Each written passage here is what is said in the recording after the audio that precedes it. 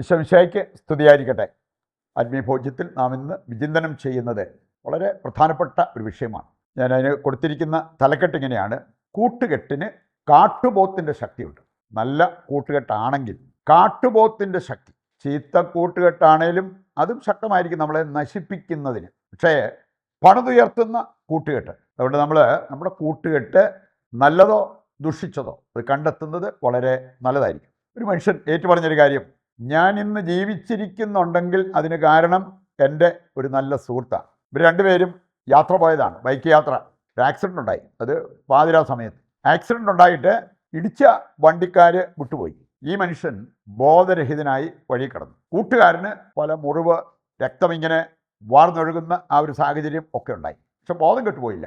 പറഞ്ഞൊരു കാര്യം: എൻ്റെ കൂട്ടുകാരൻ അവൻ്റെ പ്രാണരക്ഷാർത്ഥം അവനോടി ഏതെങ്കിലും ആശുപത്രിയിൽ പോയിരുന്നെങ്കിൽ ഞാൻ അവിടെ കിടന്ന് മരിച്ചേനെ. പക്ഷെ അവൻ എന്നെ ഉപേക്ഷിച്ച് പോയില്ല.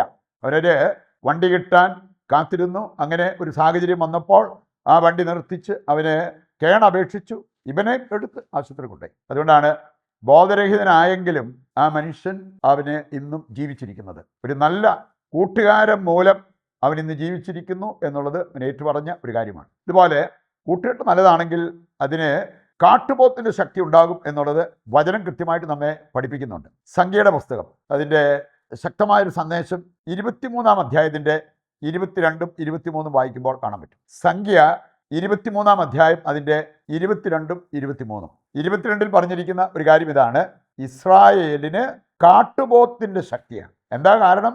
ദൈവവുമായിട്ട് അവർക്കുണ്ടായിരുന്ന കൂട്ടുകെട്ട്, അത്രമാത്രം ഒരു ഫ്രണ്ട്ഷിപ്പ് ദൈവവുമായിട്ട് അവർക്കുണ്ടായിരുന്നു, ദൈവത്തിന് ഇസ്രായേലിനോട് ഉണ്ടായിരുന്നു. അതുകൊണ്ടാണ് കാട്ടുപോത്തിൻ്റെ ശക്തി. ബാലാം പറഞ്ഞൊരു കാര്യം: അവർക്കെതിരെ ഒന്നും ഏക്കത്തില്ല. അവർക്കെതിരെ മന്ത്രവാദമോ ക്ഷുദ്രവിദ്യയോ അങ്ങനെയുള്ള കാര്യങ്ങളൊന്നും ഏൽക്കില്ല. കാരണം കാട്ടുപോത്തിൻ്റെ ശക്തിയാണ് ഇസ്രായേലിന്. അതിൻ്റെ പ്രധാനപ്പെട്ട ഒരു കാര്യം പറഞ്ഞിരിക്കുന്നത് ദൈവവുമായിട്ടുള്ള അവരുടെ കൂട്ടുകെട്ട്. ഇതിൻ്റെ വെളിച്ചത്തിൽ ഏതാനും ചില കാര്യങ്ങൾ, ഏതാനും ചില വചനങ്ങൾ ചേർത്ത് മനസ്സിലാക്കാനായിട്ട് നമുക്ക് പരിശ്രമിക്കാം. ഒന്നാമത്തെ കാര്യം: നല്ല കൂട്ടുകെട്ട് ജീവാമൃതമാണ്.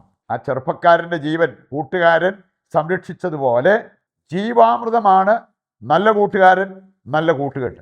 ഇതറിയാൻ പ്രഭാഷകൻ 6-ാം അധ്യായം 24 മുതൽ വായിച്ചാൽ മതി. പ്രഭാഷകൻ 6-ന്റെ 24 മുതൽ: വിശ്വസ്തനായ സ്നേഹിതൻ ബലിഷ്ഠമായ സങ്കേതമാണ്. അങ്ങനെ ഒരാളെ കിട്ടുന്നത് നിധിയാണ്.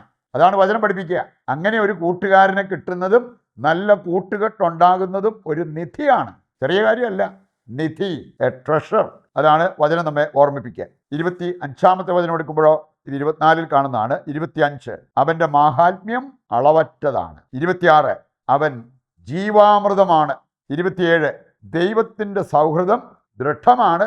അതുപോലെ തന്നെ നല്ല കൂട്ടുകാരനും. നല്ല കൂട്ടുകാരനുമായിട്ടുള്ള സൗഹൃദം അത് ദൃഢമായിരിക്കും എന്നുള്ളത് ദൈവവചനം നമ്മെ ഓർമ്മിപ്പിക്കുക. രണ്ടാമതായിട്ട് നമ്മൾ മനസ്സിലാക്കിയിരിക്കേണ്ട ഒരു കാര്യം: നല്ല കൂട്ടുകാരുടെ ഹൃദയങ്ങൾ ഒട്ടും. ഇതില്ലാതെ കൂട്ടുകൂടുന്ന ആൾക്കാരെ കാണാൻ പറ്റും. അവരുടെ ശരീരങ്ങൾ ഒട്ടിയേക്കാം, അതിലവർ ഒരു സുഖം കണ്ടെത്തിയേക്കാം, പക്ഷേ ഹൃദയങ്ങൾ ഒട്ടണമെന്നില്ല.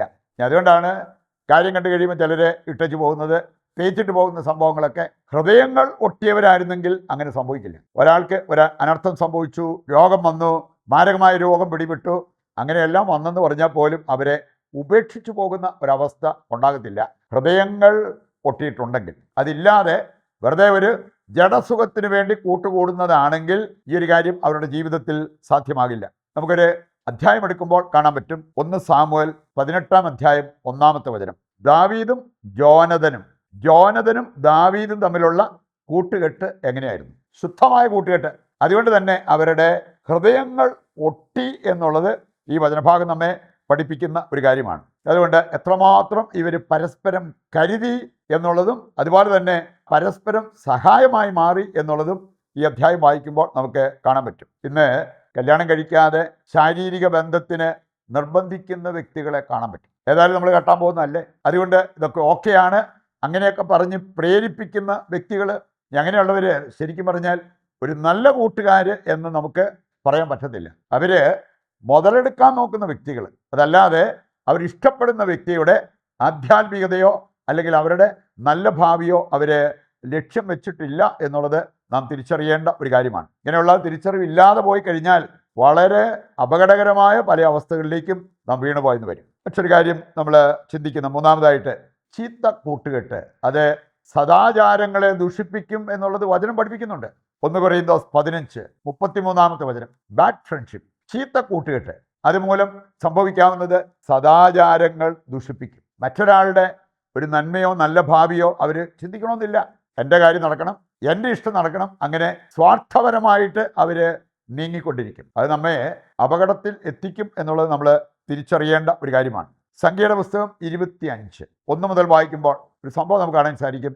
ഒരു യഹൂദൻ ഒരു മിദിയാൻകാരിയെ കൂട്ടിക്കൊണ്ട് ഒരു മുറിയിലേക്ക് പോകുന്നു, കഥ അടയ്ക്കുന്നു. ഫിനെഹാസ് എന്ന് 2 പേരുടെയും ഉദരം കുത്തിപ്പിളർക്കുന്ന ഒരു രംഗം. ഇനി അവര് കൂട്ടുകൂടിയത് നല്ല കാര്യത്തിന് വേണ്ടിയല്ല.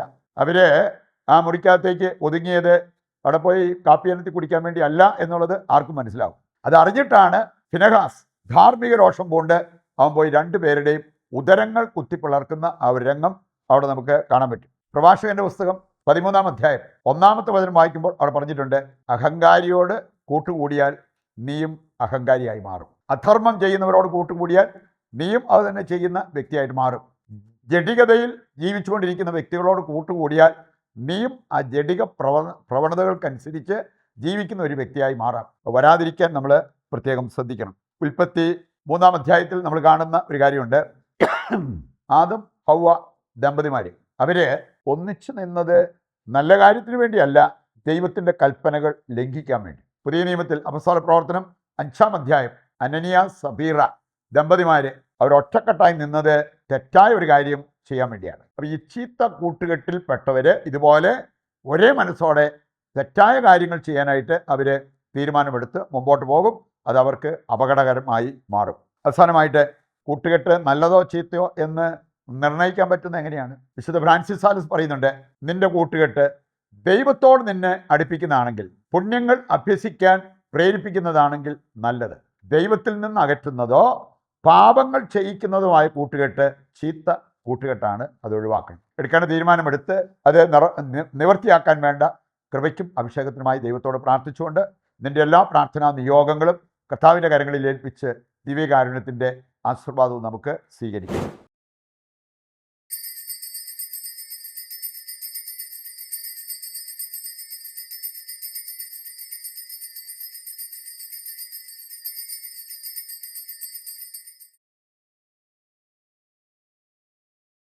പരിശുദ്ധ പരമ ദിവ്യകാരുണ്യത്തിന് എന്നേരവും ആരാധനയും സ്തുതിയും പുകഴ്ചയും ഉണ്ടായിരിക്കട്ടെ. മറ്റൊരു എപ്പിസോഡുമായി നാളെ വീണ്ടും നമുക്ക് ഒന്നിക്കാം. ദൈവം നിങ്ങളെ സമൃദ്ധമായി അനുഗ്രഹിക്കട്ടെ.